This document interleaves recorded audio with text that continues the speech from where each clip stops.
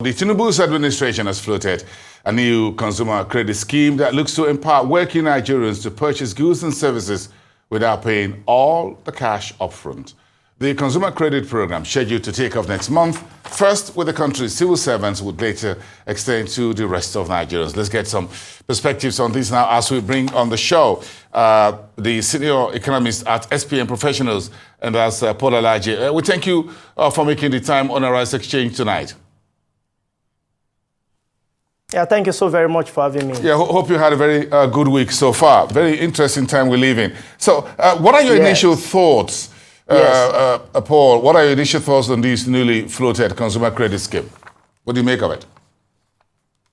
Well, my initial thought is that the president did not mix words when he was campaigning, as he had emphasized the issue of credit. He believes that there are a lot of concerns around credit financing in Nigeria, especially consumer credit and credit for students. So I was not so surprised when I saw the credit scheme for students and also now this particular scheme to enhance purchases and consumption on the part of the people. I am not surprised at all. And I also feel that government thought, what might be on government mind, is that this will enhance transaction instead of people delaying it. And in one of the narration the president gave, that is when people buy, that the industry can grow, believing that what seems to be mitigating against expansion of businesses in Nigeria may be inadequate funds to buy goods such that there can be liberation in the system. But, you know, it's important for us to look at this in context of other matters, other variables, other economic variables, or variable that enhances consumption in Nigeria. It's important for us to look at that. If credit is just the challenge, we understand that prices are going, and in fact, the Bureau of Statistics revealed that the current rate of the inflation is about it's over 33%. Which means even to buy those commodities is not going to be very high. We need to now situate that in the reality of minimum wage, because now we are talking of federal government.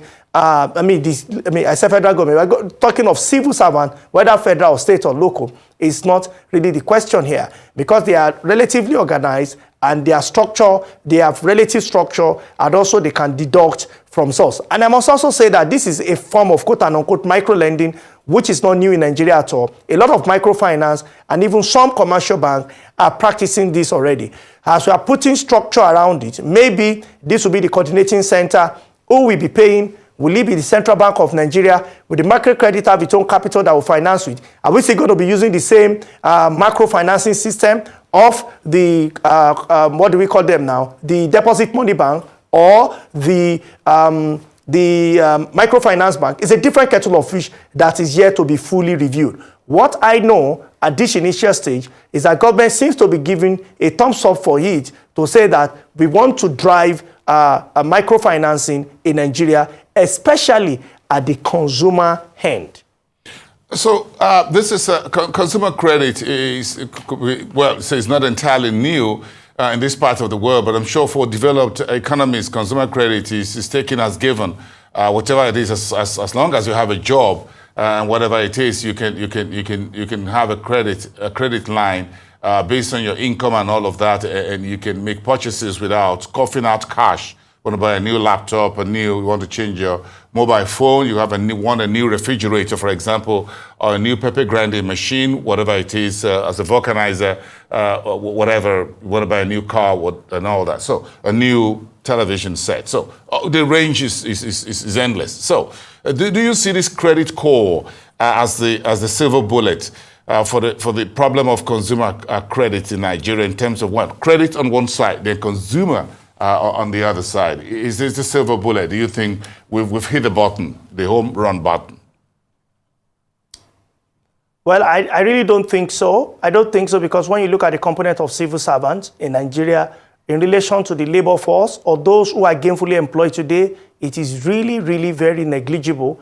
Most people in private sector, even though they are employed, or you may want to say they are gainfully employed, there seems not to be job security. So we are not sure whether they will be able to pay. And I'm not surprised at all when the new platform says they will start with the civil servant rather than starting with the total number of persons that are employed currently. Recall that in Nigeria, we have very large volume, large size of informal sector, where we have most of these concerns and most of these issues. We have still not been able to solve their credit challenges, which I think until we get to that point where we can solve some of those problems, then we can say truly we are getting to the point of expansion. And this is for the scheme. Now, what exactly are we providing credit for? What will they be consuming? You mentioned laptop. Where is the laptop coming from? Nigeria or abroad? You mentioned mobile phone. Where is the mobile phone coming from? Nigeria or abroad? What else will people collect loans and say they want to use credit to buy? Will it be to finance domestic consumption or to finance foreign consumption? In economics, there are 4 ways you can spend your money. First is marginal propensity to consume on local products. Second, marginal propensity to save, saving proportion of that money. Third, marginal rate of taxation, proportion of that money you are giving to taxman. The last but most significant, most potent in Nigeria is marginal rate of import. Unfortunately, in our country for today, even you finance directly with your pocket, out of pocket finance or with credit, what we spend our money on most of the time is marginal propensity to import. So where are we creating jobs? For manufacturing sector in Nigeria or manufacturing sector in India, in China, in Singapore, in America, or in the UAE? Unfortunately, it seems to be that where the jobs will be coming from will be in those places. So it's important for us to look at it. Good effort, but do we have the foundation, the background to build our manufacturing sector in light of the challenge of electricity that we have right now? I don't know if you are running on power, you are running on gen, but what I can confirm to you that if your studio is around Band A region, then you have to pay over 200 to 300% more. But since that policy has been made till today, have you had more light or you have had less of it? From my experience, it has been abysmally poor in the real sense of it. Now, if that is the situation, what exactly are we financing? I think alternatively an option will be to truly finance what will make our economy strong, what will make us to be out of quagmire, rather than just supporting consumption instead of production. So Paul, yes, you're just taking a bit of that from me because, again, I was trying to say, well, this is good to support the people, but again, we'll have you have key issues around manufacturing, just talk about that. Looking at imported goods, of course, perhaps the credit will have to go for things that are produced abroad. Then we have to deal with issues around our own industrial manufacturing sector that can give us goods that this credit will go to, so that, as the saying goes locally, we keep the money at home, in the manner of speaking. I'm sure you understand that balance, that you don't take money from inside outside. In other words, we're not going to give credit to ourselves within the financial system and turn around and look for US dollars to import the goods with which I'm going to use my credit to consume from those elsewhere in the world. So how do you think we can then incentivize? We're not trying to incentivize consumers. That's what the credit scheme is all about. And how do we incentivize the manufacturing sector simultaneously so that they can produce the goods that this credit will go for? Now, I think the assumption here is that when consumers are giving money, they will naturally buy products, and it's assumed that those products will come from Nigeria.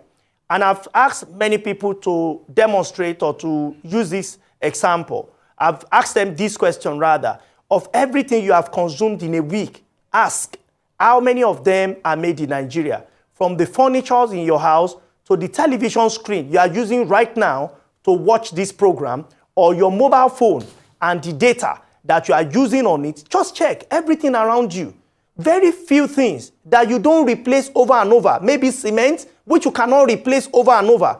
But most of the things that you replace, that has high propensity to be consumed, unfortunately, over 70% of those things are imported. So what should we be looking at? We need to bring producer credit scheme. I don't condemn consumer credit scheme, but I'm saying producer credit scheme is what can propel employment, is what can reduce inflation, It's what can reduce poverty. It's what can reduce hunger. It's what can reduce deprivation. But when we leave it in the realm of consumers, the question will be, what will they buy? To intensify producers, it's important to look at their numerous challenges, especially the issue of power. Rather than intensify them, power, as we have seen it today, has actually disincentivized producers, as people will need to pay more than what they earn in salaries on power that is not even available. It's important for us to quickly have a rethink on the way we are liberalizing this economy, because the foundation, the roots, the structures, the pillar to carry the economy seems to be very weak. So adopting policies that will bring it further down, of course, is bringing a lot of concerns. And I hope policymakers and advisors of government should be weary of liberalizing this economy before it is too late.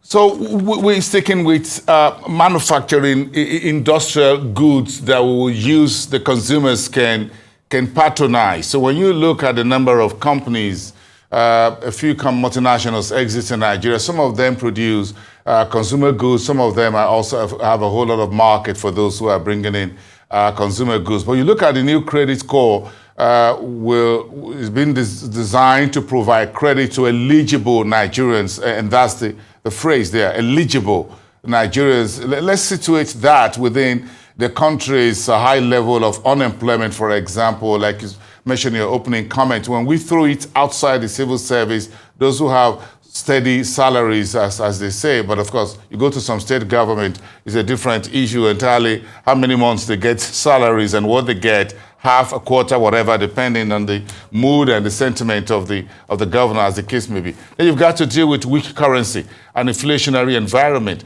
So, put all of this together for me to help me make a sense of how the new credit score will look like when we're done with the civil service in the first phase and we're now throw it to the common man on the street, whether this consumer credit scheme is actually for the common man or just for you and I that can afford some blue-collar suits, whatever?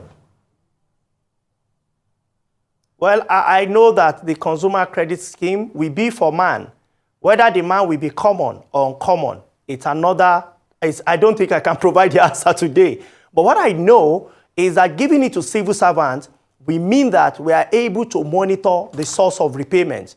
And I think that until we have the credit rating system that is quality in Nigeria, such that those who truly need credit scheme beyond the civil servants can be monitored, those in private sector, those who do not depend on government salaries, and which is what we should actually stimulate.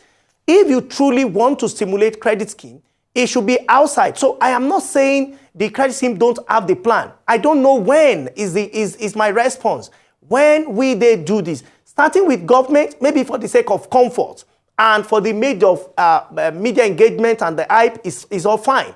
But when it comes to supporting those who truly need it, the vulcanizer on the road, who cannot afford to buy something with his income for a day. Maybe wants to buy a small phone, as they call it in local parlance, touchlight phone, of about 5,000-10,000, and he has not made that. Or we are talking of an hairdresser who is making average of 2,000 or 5,000 in a week, but is not able to put the money together to change her comb or to change her relaxer, and she needs support from government. How do we design all of this to work? Because if we don't, if it's just on what people will eat, such as they want to buy food or they want to buy items that are perishable and consumable without helping them to further produce, then we will have a lot of concern here. Why? When you look at inflation already, the core inflation is high, the food inflation is also really high. When you look at unemployment, after we had adjusted methodology, it was reviewed. Yeah, just finish up, Paul, very quickly. Okay, after we had reviewed the methodology, it was now reviewed that unemployment became 4%. Not that it came down, but we are now looking at 1 hour a week. Now, at that point of 1 hour a week, unemployment is even now 5.2%. So we are seeing high unemployment. We are looking at exchange rate that is not stable. Meanwhile, the core mandate of monetary authority is stability. We are looking at price that is also not stable.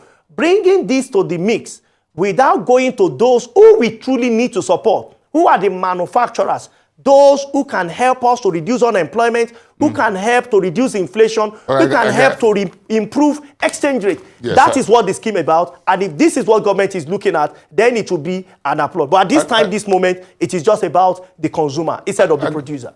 I get it. Perhaps the conversation is how to balance the consumer credit with also how to incentivize and provide some credit, also support for those who are doing local manufacturing as well, so that we can really have a very better, we can create jobs and other things, not just consuming. Thank you so much, Paul Alaje, at SPM Professionals. Thank you so much for your time. Senior economist there.